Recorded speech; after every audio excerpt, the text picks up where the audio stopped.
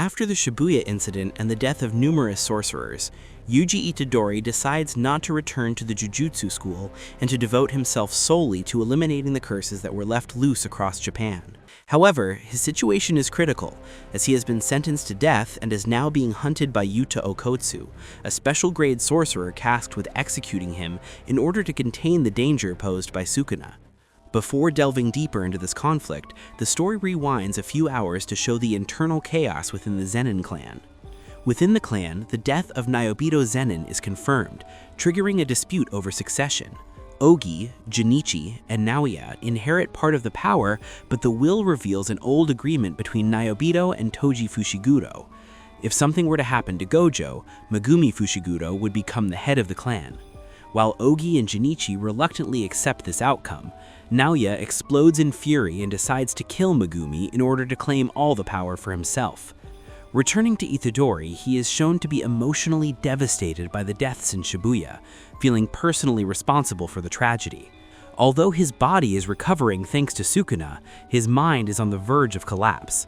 Choso, who now recognizes Itadori as his brother, stays by his side and supports him, assuring him that he is not responsible for the deaths of his other brothers. Even so, Itadori continues fighting curses as his only way to atone for his guilt, accompanied by Choso, with whom he demonstrates excellent coordination in battle.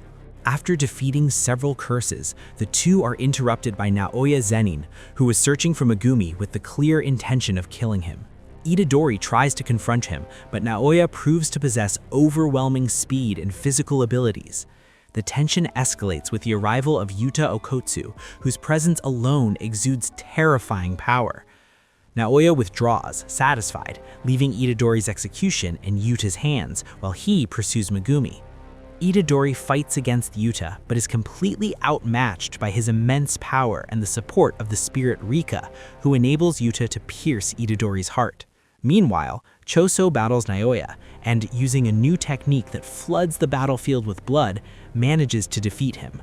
Just as Choso is about to finish him off, Yuta appears and knocks Choso out, then heals Naoya in exchange for having him report that Itadori is dead. Itadori awakens, alive, and Yuta reveals that Gojo asked him to protect Itadori if anything were to happen. Although he carried out the execution order, he revived him using reverse curse technique. Megumi was also aware of the plan and supports the idea that Itadori should not be condemned for a power he never chose. Even so, Itadori continues to distance himself out of fear of Sukuna until Megumi asks him to face what lies ahead together, freeing Gojo from the prison realm, uncovering Noritoshi Kamo's plans, and stopping them. Along this journey, Itadori learns of Nobara Kugisaki's officially confirmed death during the Shibuya incident. Later, he reunites with Maki Zenin, who survived her injuries, and with Yuki Tsukumo, who also joins the plan.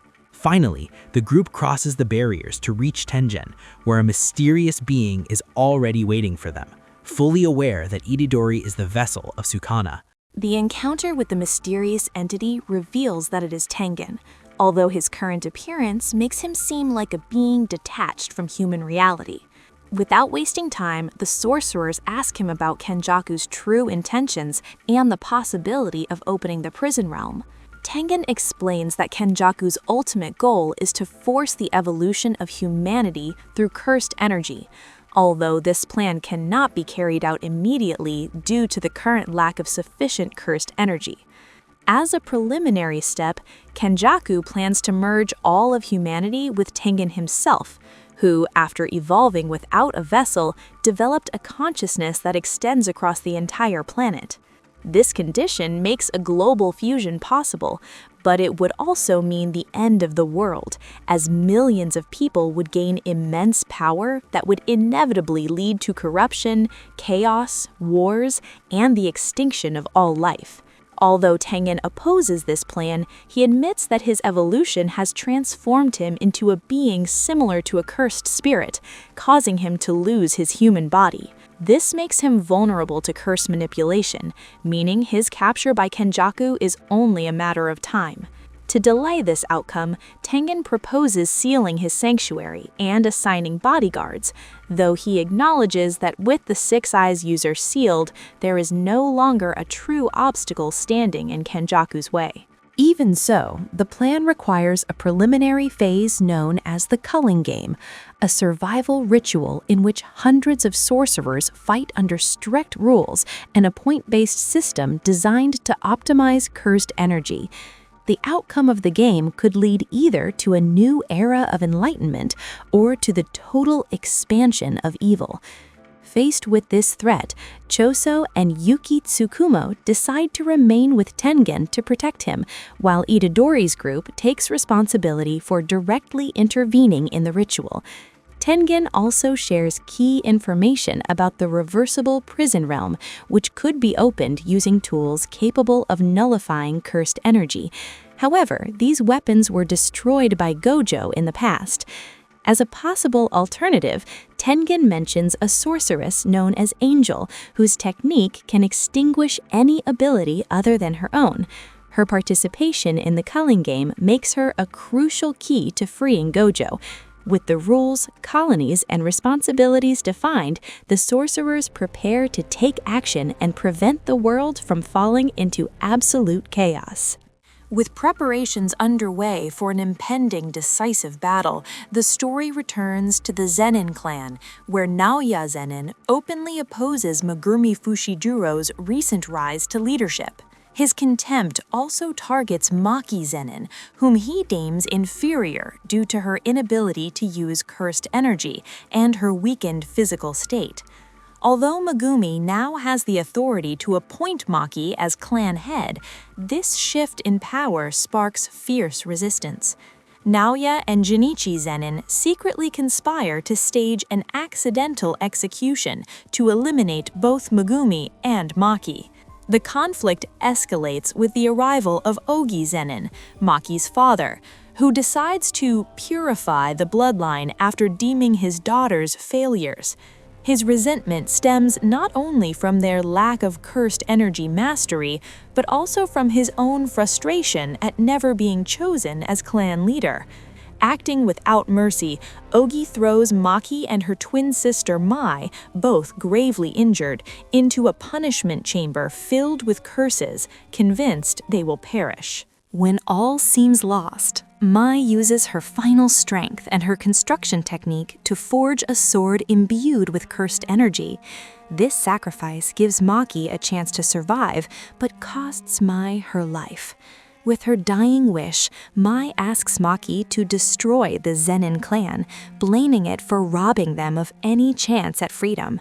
Empowered by this sacrifice, Maki survives the curses and kills her own father. In response, the clan mobilizes to stop her. The first to fall is the Kukuru unit, a group of disposable fighters used as expendable shock troops. Next comes the Hei group, the elite Zenin sorcerers, yet even they are overwhelmed.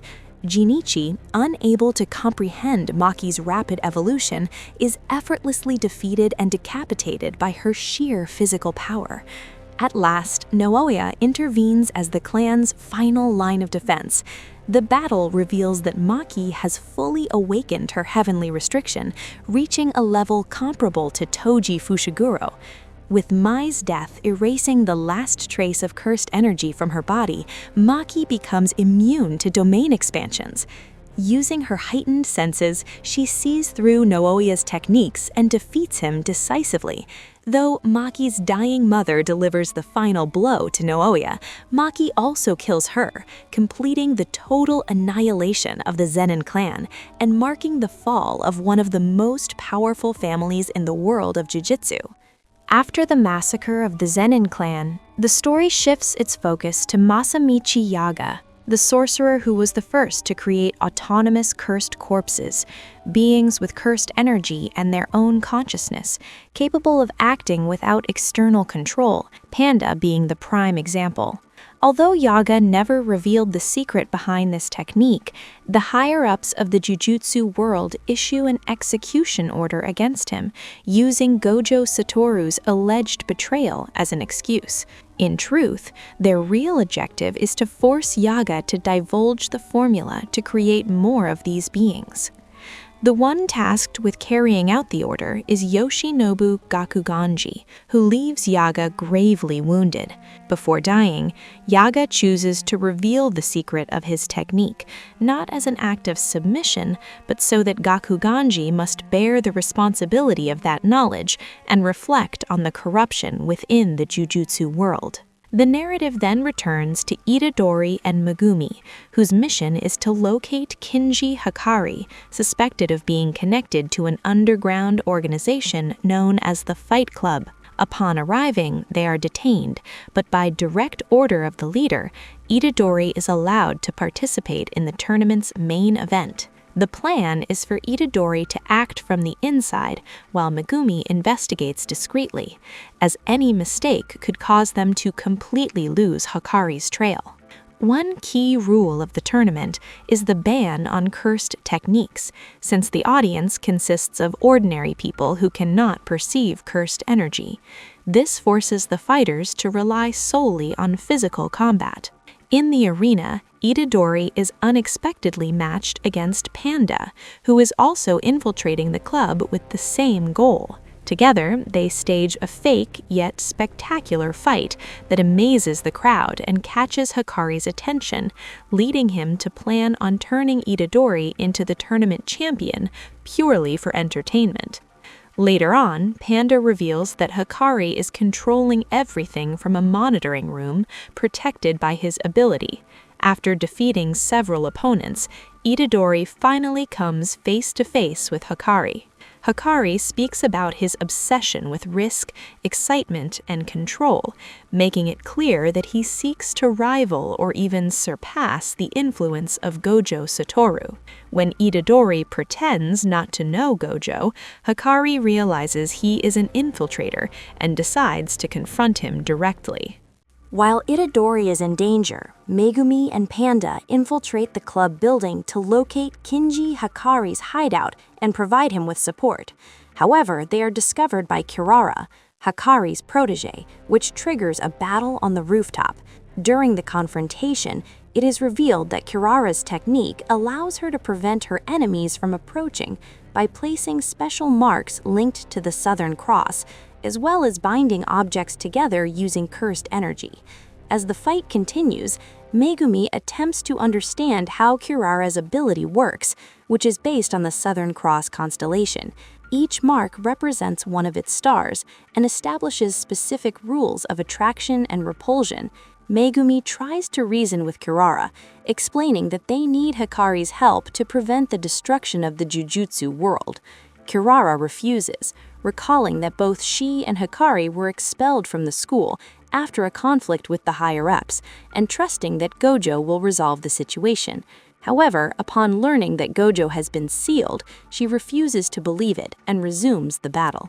After analyzing the marks, Megumi discovers the existence of a hidden fifth mark that acts as a trigger capable of nullifying Kiara's technique. With Panda's help, he manages to activate it and approach her, using his own technique to counter Kiara's final attack and capture her. Despite the victory, Megumi apologizes and asks her to listen to the reasons why they need Hikari.